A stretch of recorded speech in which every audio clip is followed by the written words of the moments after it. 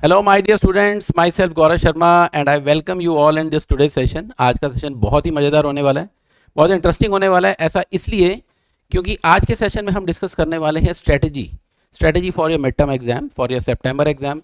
Almost सभी schools के अंदर सितंबर एग्जाम स्टार्ट हो चुके हैं और बहुत सारे स्टूडेंट्स वरिड हैं कि हम किस चैप्टर को कितनी वेटेज दें। क्योंकि देखो होता क्या है कि बोर्ड के एग्जाम्स में तो सब चैप्टर्स की वेटेज फिक्स है, सब चैप्टर्स की ये भी फिक्स है कि किस चैप्टर में से केस स्टडी आएंगे, किस में से एमसीक्यू क्वेश्चन कितने पूछे जाएंगे, तो ये सब फिक्स रहता है। बट सितंबर एग्जाम में आपके स्कूल्स के सिलेबस वेरी करते हैं। किसी स्कूल में फर्स्ट बुक पूरी आ रही है, किसी में इंटीग्रेशन भी आ रहा है, किसी के अंदर लीनियर प्रोग्रामिंग भी आ रहा है। तो हर स्कूल का सिलेबस वेरी कर रहा है। उसके अकॉर्डिंगली ऑब्वियस ही बात है, जब सिलेबस कम ज़्यादा होगा तो हर चैप्टर की वेटेज भी कम ज़्यादा हो जाएगी, है ना। तो आज की सेशन में we are going to discuss your complete strategy for first part, because मुझे ऐसा लगता है फर्स्ट पार्ट तो सभी बुक्स के सभी स्कूल के अंदर पूरा पूरा पूछा ही जाएगा, है ना। फर्स्ट पार्ट तो सब स्कूल में मिड टर्म एग्जाम में कंप्लीट आता ही आता है। तो आज हम फर्स्ट पार्ट को लेकर कंप्लीट स्ट्रेटेजी डिस्कस करने वाले हैं कि किस चैप्टर में से आपको क्या पढ़ना है और क्या क्वेश्चन फ्रेम किए जा सकते हैं, कौन से टॉपिक्स इंपॉर्टेंट हैं और किन को आप स्किप कर सकते हो, या किस चैप्टर में किसको आप मोस्ट इंपॉर्टेंट चैप्टर किसकी इंपॉर्टेंस ज़्यादा रख सकते हो, ठीक है ना। उसके accordingly you can prepare your self और आप 95+ मार्क्स स्कोर कर सकते हो अगर आप इस स्ट्रेटेजी को बहुत अच्छे से समझ लेते हो और एंड तक इस वीडियो में जितने क्वेश्चंस जितनी टॉपिक्स को आपको बताया जाता है उनको आप गो थ्रू कर लेते हो, ठीक है। तो चलो without wasting any time let's start the session today. So what we are going to start with, we are going to start with your first chapter, that is your relations and function. Relation and function अपने आप में students को बड़ा confusing chapter लगता है। Reason ये है कि इसके अंदर बहुत सारे कंसेप्चुअल, बहुत सारे ट्रिकी क्वेश्चंस बन जाते हैं। बट हमें एग्जाम्स के लिए जब तैयारी करनी है तो सबसे पहला टॉपिक जो बनता है that is your equivalence relation. अगर आपको एग्जाम में क्वेश्चन पूछा जाता है तो डेफिनेटली इक्वलेंस रिलेशन के ऊपर क्वेश्चन आता ही आता है, ठीक है ना। और इक्वलेंस रिलेशन में जो स्टैंडर्ड क्वेश्चन का स्ट्रक्चर है वो इस टाइप का क्वेश्चन पूछा जाता है, that show that a relation, आपको एक रिलेशन दिया हुआ है, it contains all those ordered pair जिसमें a minus B modulus that should be even. आप ये कह सकते हो कि a minus B difference of a and b should be divisible by 2, ठीक है। इसको इक्वलेंस रिलेशन प्रूव कर रहा है। तो ये ऐसा नहीं मैं कह रहा हूँ कि यही क्वेश्चन आएगा, बट मैंने आपको एक स्ट्रक्चर बता दिया कि आपको क्वेश्चन किस टाइप का पूछा जाएगा। एक कोई रिलेशन दिया होगा, आपको उसे इक्वलेंस प्रूव करना है, तो उसके लिए आपको रिफ्लेक्सिव, सिमेट्रिक, ट्रांजिटिव प्रूफ करके दिखाना। देखो एक चीज़ और मैं यहाँ पर मेंशन करना चाहता हूँ, इक्वलेंस रिलेशन में प्रूफ करने वाले और डिसप्रूव करने वाले क्वेश्चन में एक चीज़ जो ध्यान में रखनी है, ऑल्दो मैंने ये सारा कुछ अपने डिटेल्ड सेशंस में बताया हुआ, वन शॉट वीडियोस हमारे चैनल में पड़े हैं, you can go through them also. Her chapters के हमने chapter wise one shot videos डाल रखे हैं जिसमें आप पूरा चैप्टर डिटेल में पढ़ सकते हो। बट अभी के लिए मैं आपको ये बात बता देता हूँ, कभी किसी चीज़ को डिसप्रूव करना है तो आपको एग्जाम्पल लेना है, बट जब प्रूव करने वाले क्वेश्चन आएंगे तो आपको एक एक करके, पहले रिफ्लेक्सिव को, सिमेट्रिक को, ट्रांजिटिव को, सबको डिटेल में प्रूव करके दिखाना है और उसके बाद हम ये कंक्लूड कर सकते हैं कि वो रिलेशन इक्वलेंस रिलेशन है। सेकेंड टाइप का क्वेश्चन जो फ्रेम किया जा सकता है that is from your on one onto one function and onto function. Directly proof करने के लिए आता है कि प्रूफ करो फंक्शन इंजेक्टिव है या नहीं है। Injective means one, subjective means onto, है ना, ये भी हम पढ़ चुके हैं पहले। तो वन ऑन टू प्रूफ करने के लिए आएगा, कोई भी फंक्शन दिया होगा, जैसे आपको दिया हुआ है f(x = 1 + x²), इस टाइप से आपको कोई फंक्शन दिया होगा, आपको उसे वन और ऑन टू प्रूफ करना है। मेक श्योर कि जब भी आप एग्जाम में वन ऑन टू या कोई भी इस टाइप का प्रूफ करने वाला क्वेश्चन करते हो तो उनकी डेफिनेशंस आपको हर क्वेश्चन में ज़रूर लिखनी है। इन केस अगर आपका क्वेश्चन गलत हो जाता है तो डेफिनेशन के मार्क्स आपको मिलेंगे, कंडीशन के मार्क्स आपको मिलेंगे। तो इस टाइप के क्वेश्चन वन ऑन टू और just a minute one onto और इक्वलेंस रिलेशन के ऊपर बेस मिलेगी। Next type of question number of relations and functions. ये वो क्वेश्चन है जो आपके एमसीक्यू में फ्रेम किए जा सकते हैं, शॉर्ट आंसर में फ्रेम किए जा सकते हैं। आपको ए सेट दिया हुआ है, बी सेट दिया हुआ है, ए के अंदर कुछ नंबर ऑफ एलिमेंट, जिसमें 2 एलिमेंट पड़े हैं, बी में 3 एलिमेंट पड़े हैं। You have to find number of relations कितने बनाए जा सकते हैं ए से लेकर बी के ऊपर। तो if we need to calculate the number of relations from set A to B, not only relation, यहाँ रिलेशन लिखा है, आपसे रिफ्लेक्सिव भी पूछा सकता है, कितने रिफ्लेक्सिव रिलेशन बनेंगे, कितने सिमेट्रिक बनेंगे, कितने ट्रांजिटिव मैक्सिमम फॉर्म किए जा सकते हैं, मैक्सिमम इक्वलेंस कितने बनाए जा सकते हैं। इस टाइप के रिलेशंस के नंबर ऑफ रिलेशंस निकालने के क्वेश्चंस बहुत फ्रीक्वेंटली एग्जाम में पूछे जाते हैं, मेजरली एमसीक्यू में, ठीक है। और ये हम कैसे निकालना है, इनके क्या फॉर्मूलेज हैं, वो फॉर्मूले कैसे आए, ये सारा हमने वन शॉट वीडियो में डिटेल में डिस्कस किया हुआ है, you can go through that also. Same way you can easily find out the number of functions, कितने फंक्शन बनाए जा सकते हैं सेट ए से सेट बी के ऊपर। अगर आपको वन फंक्शंस पूछे जाएं, वन फंक्शन पूछा जाए, ऑन टू पूछा जाए, उन सब के लिए हमने क्लास में डिस्कस किया हुआ है। बट ये क्वेश्चन इंपॉर्टेंट है from your MCQ point of view. आपसे एमसीक्यू में डायरेक्टली पूछा जाता है calculate the number of functions, number of one functions. तो ये वो टॉपिक्स हैं जिनको आप स्किप नहीं कर सकते हो, तो डेफिनेटली करने ही करने हैं। अदरवाइज इसके अलावा भी बहुत सारे क्वेश्चंस फ्रेम किए जा सकते हैं डिस्प्रूव करने वाले, और बहुत सारे क्वेश्चंस है, जैसे दो इक्वलेंस रिलेशंस का यूनियन, दो इक्वलेंस रिलेशंस का इंटरसेक्शन, ये भी बहुत इंपॉर्टेंट क्वेश्चन है और इसके ऊपर बेस्ड क्वेश्चन भी एग्जाम में पूछा गया है। नेक्स्ट टॉपिक जो आपका पूछा जाता है that is inverse trigonometric function. Inverse trigonometric function is very easy and very conceptual type of chapter, जिसके अंदर आपको बहुत सारी चीज़ सीखने को मिलती है। सबसे पहला पॉइंट जो आपको इनवर्स ट्रिग्नोमेट्रिक में समझना है that is to calculate principal values. देखो, आपको ग्राफ आने चाहिए अच्छे से। ऑल दो पहले ग्राफ को उतनी वेटेज नहीं दी जाती, बट अभी जब पिछले 2-3 सालों से आप देख रहे होंगे, ग्राफ के ऊपर बेस्ड क्वेश्चन एग्जाम में बहुत बार पूछे जाते हैं। तो अच्छा है अगर आप ग्राफ को अच्छे से समझ लो। इनवर्स ट्रिग्नोमेट्रिक के सारे ग्राफ आपको आने चाहिए। हर फंक्शन की, हर इनवर्स ट्रिग्नोमेट्रिक फंक्शन की डोमेन, रेंज आपको याद होनी चाहिए।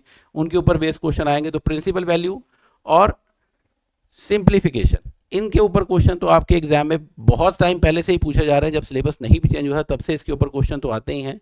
Solve for x is almost similar to simplification only, but इसके अंदर आपको एक्स की वैल्यू निकालनी होती है और सिंप्लीफिकेशन में आपको कुछ ना कुछ प्रूव करने के लिए दी जाएगी स्टेटमेंट।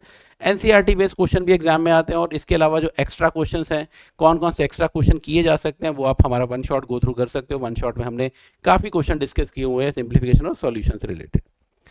ग्राफ बेस्ड क्वेश्चन आपके एग्जाम में पूछा जाता है। कोई ग्राफ दे दिया जाएगा और आपसे पूछा जाएगा कि ये किस फंक्शन का ग्राफ रिप्रेजेंट कर रहा है, किस इनवर्स ट्रिग्नोमेट्रिक फंक्शन का ग्राफ है। उसके अलावा डोमेन रेंज के ऊपर बेस्ड क्वेश्चन भी एग्जाम में पूछा जाता है।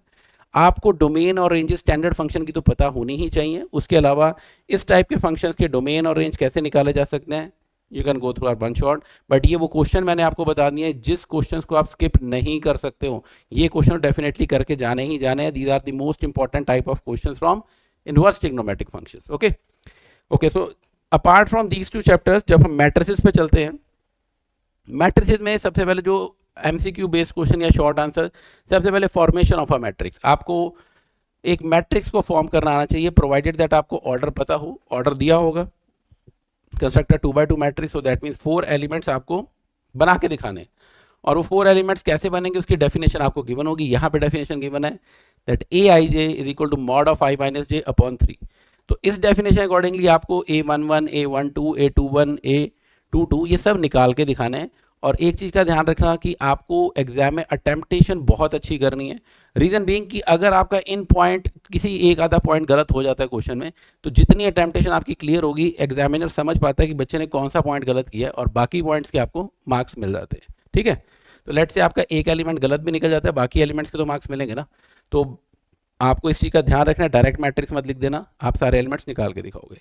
Then we have comparison of matrices. दो मैट्रिक्स को कंपेयर कर रखा होगा और आपको एक्स और वाई की वैल्यू निकालनी है। आपको पता है 2 matrices can be compared only if they have same order and the corresponding elements will be equal. मतलब x प्लस 2 किसके इक्वल हो जाएगा, 2 के, y माइनस 1 1 के। ठीक है, तो ये बहुत बेसिक सी बात है। इसके ऊपर बेस क्वेश्चन आ जाता है, इजी क्वेश्चन है, एग्जाम में पूछा जाता है। ऐसे क्वेश्चन गलत होने का सवाल होना ही नहीं चाहिए। ठीक है, then we have question based on addition और सब्ट्रैक्शन ऑफ मैट्रिसेस। ये इंपॉर्टेंट टाइप है। आपको 2 इक्वेशन गिवन है x और y के ऊपर। Here what is x and y? x and y are representing matrices. ठीक है, ये x और y मैट्रिक्स की वैल्यू निकालनी है। तो linear equation in 2 variable type का क्वेश्चन है। आपको 2 मैट्रिसेस गिवन है, x और y, इसकी वैल्यू निकालनी है। तो you have to calculate them. आपको पता है लीनियर इक्वेशन, इसको मल्टीप्लाई करके मेकिंग वेरिएबल्स कोफिशिएंट सेम, और न कैंसिल करके आप x और y की वैल्यू निकाल सकते हो। But this is one of the important time जो एडिशन और सब्ट्रैक्शन ऑफ मैट्रिसेस के अंदर पूछा जाता है। Next type of question will be from multiplication of matrices. आपको एक मैट्रिक्स गिवन है, मल्टीप्लिकेशन ऑफ मैट्रिक्स में आपको एक चीज़ का ध्यान रखना है। मल्टीप्लिकेशन में आपके पास क्वेश्चन आता है ऑर्डर के ऊपर बेस्ड, क्योंकि आपको पता है कि एडिशन करते समय कोई प्रॉब्लम नहीं है। 2 मैट्रिक्स को ऐड या सब्ट्रैक्ट कर रहे हैं, they can be added and subtracted only if they have same order. But multiply करते हुए आपको एक चीज़ का ध्यान रखना है कि अगर a का ऑर्डर m/n है और b का ऑर्डर n/p है, तभी मल्टीप्लाई हो सकता है। तो इस पॉइंट के ऊपर बेस क्वेश्चन बहुत बार पूछा जाता है। ठीक है, स्क्वायर मैट्रिक्स का ही हम a स्क्वायर, a क्यूब, कितनी भी पॉजिटिव इंटीग्रल पा रहे हो सिर्फ स्क्वायर मैट्रिक्स में कैलकुलेट कर सकते हैं, रेक्टेंगुलर में निकलेगा नहीं। तो एक स्क्वायर मैट्रिक्स गिवन होगी और आपको ये इक्वेशन की वैल्यू निकालनी है या फिर प्रूव कर रहा है, इसके ऊपर बेस क्वेश्चन एग्जाम में पूछा जाता है। Then we have transpose of a matrix, उसकी प्रॉपर्टीज इंपॉर्टेंट है ट्रांसपोज की। उसके अलावा सिमेट्रिक यू सिमेट्रिक के ऊपर बेस्ड क्वेश्चन बहुत बार एग्जाम में आता है। ये वाले क्वेश्चन की टाइप बहुत इंपॉर्टेंट है। अगर आपको ए और बी सिमेट्रिक मैट्रिक्स गिवन है, A B minus B A को क्यू सिमेट्रिक प्रूव कर रहा है, या फिर B dash A B is symmetric और skew symmetric according as A symmetric और क्यू, तो इस टाइप का क्वेश्चन एग्जाम में बहुत इंपॉर्टेंट है, बहुत बार पूछा गया है, तो आपको ये पता होना चाहिए। एक और क्वेश्चन जो आपके एग्जाम में बहुत इंपॉर्टेंट है, यहाँ पर मैं लिख देता हूँ, you have to represent a matrix, a square matrix, as sum of symmetric and skew symmetric। ठीक है, ये आपको पता है कि किसी भी स्क्वायर मैट्रिक्स को दो मैट्रिक्स के सम की फॉर्म में लिख सकते हैं, जिसमें से एक सिमेट्रिक होगी और एक स्क्यू सिमेट्रिक होगी। ये बहुत इंपॉर्टेंट टाइप का क्वेश्चन है, आपकी एनसीईआरटी की थर्ड एक्सरसाइज का 10th क्वेश्चन है, उसके लास्ट एग्जाम्पल भी यही है और बहुत इंपॉर्टेंट टाइप है, बहुत बार एग्जाम में पूछा जाता है। तो सिमेट्रिक स्क्यू सिमेट्रिक में से ये भी स्किप नहीं करना है। Then we have determinant. What is determinant? आपको पता है determinant the number associated to a square matrix, ठीक है, और उसके ऊपर बेस क्वेश्चन कैसा आएगा, डिटर्मिनेंट सॉल्व करना आना चाहिए। सिंगुलर एंड नॉन सिंगुलर बहुत इंपॉर्टेंट पॉइंट है कि आपको एग्जाम में दिया जाता है मैट्रिक्स सिंगुलर, सिंगुलर मतलब जिसका डिटर्मिनेंट 0 होगा, नॉन सिंगुलर जिसका डिटर्मिनेंट नॉट जीरो नहीं होगा। आपको ये गिवन है, ए मैट्रिक्स गिवन है, this is a singular matrix, you have to calculate value of x. तो आपको करना क्या, you have to calculate determinant value, इसका डिटर्मिनेंट निकालो, पुट इट इक्वल टू 0 और आप एक्स की वैल्यू निकाल सकते हो। तो सिंगुलर मैट्रिक्स, या फिर आपको ऐसा भी लिखा हो invertible and non invertible matrix. Invertible matrix कौन सी होती है? इन्वर्स किसका एग्जिस्ट करेगा? इन्वर्स सिर्फ उसी मैट्रिक्स का इन्वर्स एग्जिस्ट करेगा जो नॉन सिंगुलर होगी, क्योंकि सिंगुलर हो गया तो इन्वर्स नॉट डिफाइंड आएगा, ठीक है ना। तो अगर आपको एग्जाम में लिखा जाए मैट्रिक्स इन्वर्टिबल, तो उसका मतलब उसका इन्वर्स एग्जिस्ट कर रहा है, तो determinant should not be equal to 0। Non invertible मतलब डिटर्मिनेंट इज इक्वल टू 0, ठीक है। प्रॉपर्टीज ऑफ डिटर्मिनेंट के ऊपर बेस्ड क्वेश्चन आता है, एडजॉइंट इनवर्स बेस्ड। कैसा क्वेश्चन आएगा? एडजॉइंट का डिटर्मिनेंट दिया हुआ है और आपको ए ट्रांसपोज का डिटर्मिनेंट निकालना है, ए ट्रांसपोज का और ए का डिटर्मिनेंट सेम होता है। ये भी हम अपने वन शॉट में कवर कर चुके हैं। ये सारे डिटेल्ड में सेशन देखना चाहते हो आप, हमारे यूट्यूब चैनल के ऊपर सारे डिटेल्ड सेशंस भी पड़े हैं, you can go through them also. फिर ये वाला क्वेश्चन बहुत इंपॉर्टेंट बनता है, एरिया ऑफ ट्राइंगल। आपको 3 वर्टिसेस दिए हुए हैं एक ट्राइंगल के, and you have to calculate its area. तो एरिया यूजिंग डिटर्मिनेंट कैसे निकालते हैं? आपको पता है 1/2 x1 x2 x3 y1 y2 y3 1 1 1। Calculate the determinant, you can calculate the area of triangle. उसके अलावा कंडीशन ऑफ कोलिनियरिटी के ऊपर बेस्ड क्वेश्चन है कि इस एरिया को अगर हम 0 के इक्वल डाल देंगे तो कंडीशंस कोलिनियर की आ जाती है। ये 3 पॉइंट्स कोलिनियर है, you have to find value of x. Important type है, बहुत बार क्वेश्चन पूछे जाते हैं। देखो गिने चुने टॉपिक्स हैं जो बहुत इंपॉर्टेंट है, इनके ऊपर फ्रीक्वेंटली क्वेश्चन बनता है, तो आपको ये स्किप नहीं करना है। ओके, ये मैट्रिक्स मेथड के ऊपर बेस्ड क्वेश्चन बहुत इंपॉर्टेंट है, ये वेरी वेरी इंपॉर्टेंट क्वेश्चन है। इसके ऊपर बेस्ड केस स्टडी भी एग्जाम में पूछी जाती है। आपको 3 इक्वेशंस फॉर्म करनी है और उन्हीं 3 इक्वेशंस को सॉल्व करते हुए एक्स वाई जेड की वैल्यू भी निकालनी है। You have to use this determinant to calculate this value. इस टाइप का क्वेश्चन भी आता है। या फिर आप ध्यान से देखो, ये इसका ट्रांसपोज है, ट्रांसपोज से हम इनवर्स निकालेंगे, तो वो भी प्रॉपर्टी यूज करके निकालना। ये इंपॉर्टेंट टाइप का क्वेश्चन है। करना कैसे है, you can go through one shots. Finding A inverse using equation, this is very important type. आपको इक्वेशन प्रूव करने वाला तो हम मैट्रिक्स में देख चुके हैं कि मैट्रिक्स में इस टाइप का क्वेश्चन आता है, ए मैट्रिक्स दी होगी, आपको इक्वेशन प्रूव करनी है। बट उसके बाद आपको ऐसा क्वेश्चन पूछा था कि hence find A inverse. Hence find A inverse मतलब इसी इक्वेशन में से निकालना है। तो हम क्या करते हैं, ए इनवर्स से पूरी इक्वेशन को मल्टीप्लाई कर देंगे and then we can find value of A inverse. ऐसा क्वेश्चन हम क्लास में भी कर चुके हैं, बट ये बहुत इंपॉर्टेंट है, आप उसे स्किप नहीं करना है। ये चीज़ का ध्यान रखना है कि अगर इक्वेशन से इनवर्स की वैल्यू निकालनी है तो आपको माइनर को फैक्टर यूज नहीं करने हैं, आपको डायरेक्टली इसी इक्वेशन को यूज करके ए इनवर्स की वैल्यू निकालनी है, ठीक है। ओके, तो these are the important type of question from your determinant chapter. Next is continuity and differentiability. देखो कॉन्टिन्यूटी डिफरेंशिएबिलिटी के अंदर सबसे पहले हम डिफरेंशिएबिलिटी टाइप के क्वेश्चन देखते हैं। Finding dy by dx in implicit function, this is important type. आपको एक इक्वेशन दी होगी जिसके अंदर x और y दोनों फंक्शंस गिवन होंगे। You have to find value of dy by dx। तो आपसे डिफरेंशिएट कर दो, विद रिस्पेक्ट टू x कर लो, dy by dx की वैल्यू डायरेक्टली आ जाएगी।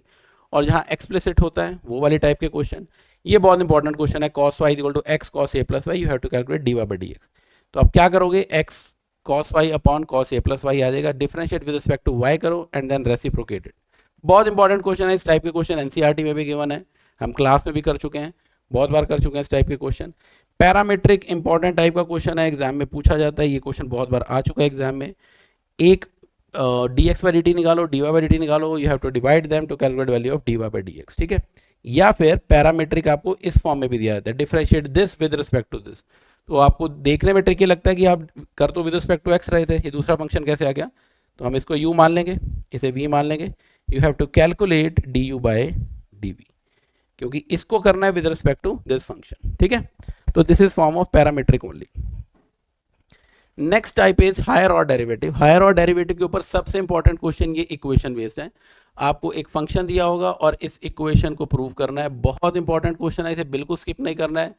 एनसीईआरटी में आपकी last example higher order derivative वाली एक्सरसाइज का लास्ट एग्जांपल और लास्ट क्वेश्चन दोनों बहुत इंपॉर्टेंट है, वो करना है। इसके अलावा मिसलेनियस का लास्ट क्वेश्चन भी बहुत इंपॉर्टेंट है, वो भी इसी इक्वेशन बेस्ड क्वेश्चन के टाइप है, ठीक है। Variable to the power variable की डिफरेंशिएशन कैसे करनी है आपको पता, लॉगरिथम यूज करना पड़ेगा। लॉग लेके variable to the power variable को सॉल्व करना है। ये यू प्लस वी वाली टाइप है, अलग अलग फंक्शन लेके करना है और इसमें डायरेक्टली लॉग लेना है। दोनों टाइप इंपॉर्टेंट है। How to check continuity and differentiability of a function, again an important type. First exercise है आपकी एनसीईआरटी के अकॉर्डिंगली, बहुत इंपॉर्टेंट क्वेश्चन है क्योंकि क्वांटिटी डिफरेंशिएबिलिटी की एक्सरसाइज ही एक है, तो उसमें से क्वेश्चन डेफिनेटली आता ही आता है। तो आप इसे स्किप नहीं कर सकते हो। Left hand derivative, right hand derivative, left hand limit और राइट हैंड लिमिट्स यूज करके आपके ऊपर इसी के ऊपर बेस क्वेश्चन आपसे एग्जाम में पूछा जाता है। नॉर्मली क्वांटिटी में से वो क्वेश्चन भी आता है जिसमें एक वेरिएबल मिसिंग होगा, ए और बी की वैल्यू निकालनी है, के की वैल्यू निकालनी है, तो आप वो क्वेश्चन ट्राई कर सकते हो। एप्लीकेशन ऑफ डेरिवेटिव, देखो एप्लीकेशन ऑफ डेरिवेटिव में से मैं ये नहीं कह रहा हूँ कि मैक्सिमम मिनिमम इंपॉर्टेंट नहीं है, बट नॉर्मली बच्चे क्या करते हैं स्टार्ट ही मैक्सिमम मिनिमम से कर लेते हैं और वो बहुत लेंदी हो जाता है। तो बेटर ये है कि आप पहले ये दो चैप्टर खत्म करो, दो एक्सरसाइज, इंक्रीजिंग डिक्रीजिंग फंक्शन और derivative as a rate measure. ये दोनों एक्सरसाइज आपको जल्दी हेल्प करेंगी चैप्टर खत्म करने में और ज़्यादा बड़ी है नहीं, ठीक है। आप अगर आप सेटिंग दोगे तो 2-2 घंटे में पूरी एक्सरसाइज खत्म हो जाती है। और इसे खत्म करने के बाद मैक्सिमम मिनिमा में से आपको ये चीज़ का ध्यान रखना है कि ये वाले क्वेश्चन जो ज्योमेट्री बेस्ड क्वेश्चन है, मैक्सिमम मिनिमा के स्टेटमेंट क्वेश्चन, इंपॉर्टेंट टाइप है ये, इसके ऊपर बेस्ड क्वेश्चन एग्जाम में पूछा जाता है। अदरवाइज वो वायर वाला क्वेश्चन या फिर वो बॉक्स बनाने वाला क्वेश्चन जिसमें बॉक्स का वॉल्यूम मैक्सिमम या मिनिमम करना होता है, वो भी इंपॉर्टेंट है, ठीक है। ये टाइप के क्वेश्चन जो एप्लीकेशन पार्ट है डिफरेंशिएशन का, ये आपका केस स्टडी में भी पूछा जा सकता है। अदरवाइज इंक्रीजिंग डिक्रीजिंग क्वेश्चन आप इंडिविजुअल भी एक्सपेक्ट कर सकते हो, ठीक है। तो these are some different types of question जो एग्जाम में पूछे जा सकते हैं। अब ये तो बात होगी कि किस टॉपिक में से क्या क्या क्वेश्चन इंपॉर्टेंट है।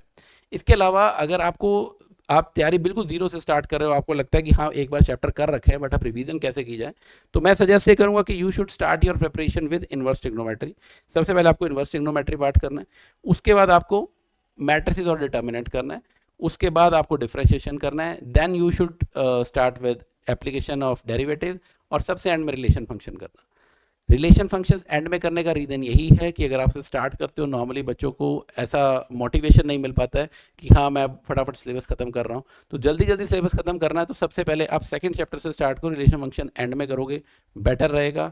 कोई ऐसा हार्ड एंड फास्ट रूल नहीं है कि आपको वो एंड में ही करना है। अगर किसी बच्चे की कमांड बहुत स्ट्रांग है उसके ऊपर, you can go through that also, ठीक है। बट ये वो क्वेश्चंस है जिनको आप बिल्कुल स्किप नहीं करके जाओगे, इनको स्किप करना समझदारी नहीं है। एमसीक्यू के लिए मैं फिर बता रहा हूँ, जो आपके एनसीईआरटी के अंदर एमसीक्यू है और एनसीईआरटी एग्जाम्पलर में एमसीक्यू है, उनको बहुत अच्छे से करके जाना। एग्जैक्टली सेम क्वेश्चन ना सही तो उसी के ऊपर बेस्ड क्वेश्चन आपसे एग्जाम में डेफिनेटली पूछा जाएगा। एमसीक्यू उससे बाहर टाइप के क्वेश्चन पूछे नहीं जाते, नॉर्मली उन्हीं टाइप्स के ऊपर बेस्ड क्वेश्चन एग्जाम में आते हैं। तो आई होप ये बातें आप दिमाग में रखोगे अपनी प्रिपरेशन करते समय, और ये सारे क्वेश्चन आपको समझ आ गए हैं कौन कौन से क्वेश्चन आपको कवर करने हैं। फिर भी आपको कोई भी डाउट या क्वेरी है, you can give your feedback, आप मुझसे पूछ सकते हो कि और क्या क्या इससे रिलेटेड आपको कुछ भी पूछना हो कि किस चैप्टर में से कोई पार्ट में आपकी क्वेरी है कि ये इंपॉर्टेंट है या नहीं है, तो आई एम देयर, आप पूछ सकते हो। बट ये चीज़ें आपको स्किप नहीं करनी है एग्जाम के लिए। तो I hope this is clear. Wish you all the best for your mid term exam. September exam बहुत अच्छे से करने हैं। इसके बाद हम आगे का सिलेबस, सेकंड पार्ट की स्ट्रेटेजी किसी और सेशन में डिस्कस करेंगे। अभी फिलहाल से सेकंड पार्ट पूरा आ नहीं रहा है, प्री बोर्ड में तो सबके आना ही होगा। इस पार्ट को अच्छे से कर लो, आपके लिए एक एसेट तैयार हो जाता है कि मिड टर्म तक आपने फर्स्ट पार्ट अच्छे से कर लिया, अब इसको दोबारा छेड़ने की जरूरत नहीं है, सिर्फ रिवीजन पार्ट की जरूरत रह जाएगी, ठीक है ना। तो आप ये मान के चलो कि फर्स्ट पार्ट आपका अच्छे से कवर हो जाना चाहिए। और wish you all the best for your mid term exams. I hope you enjoyed the session.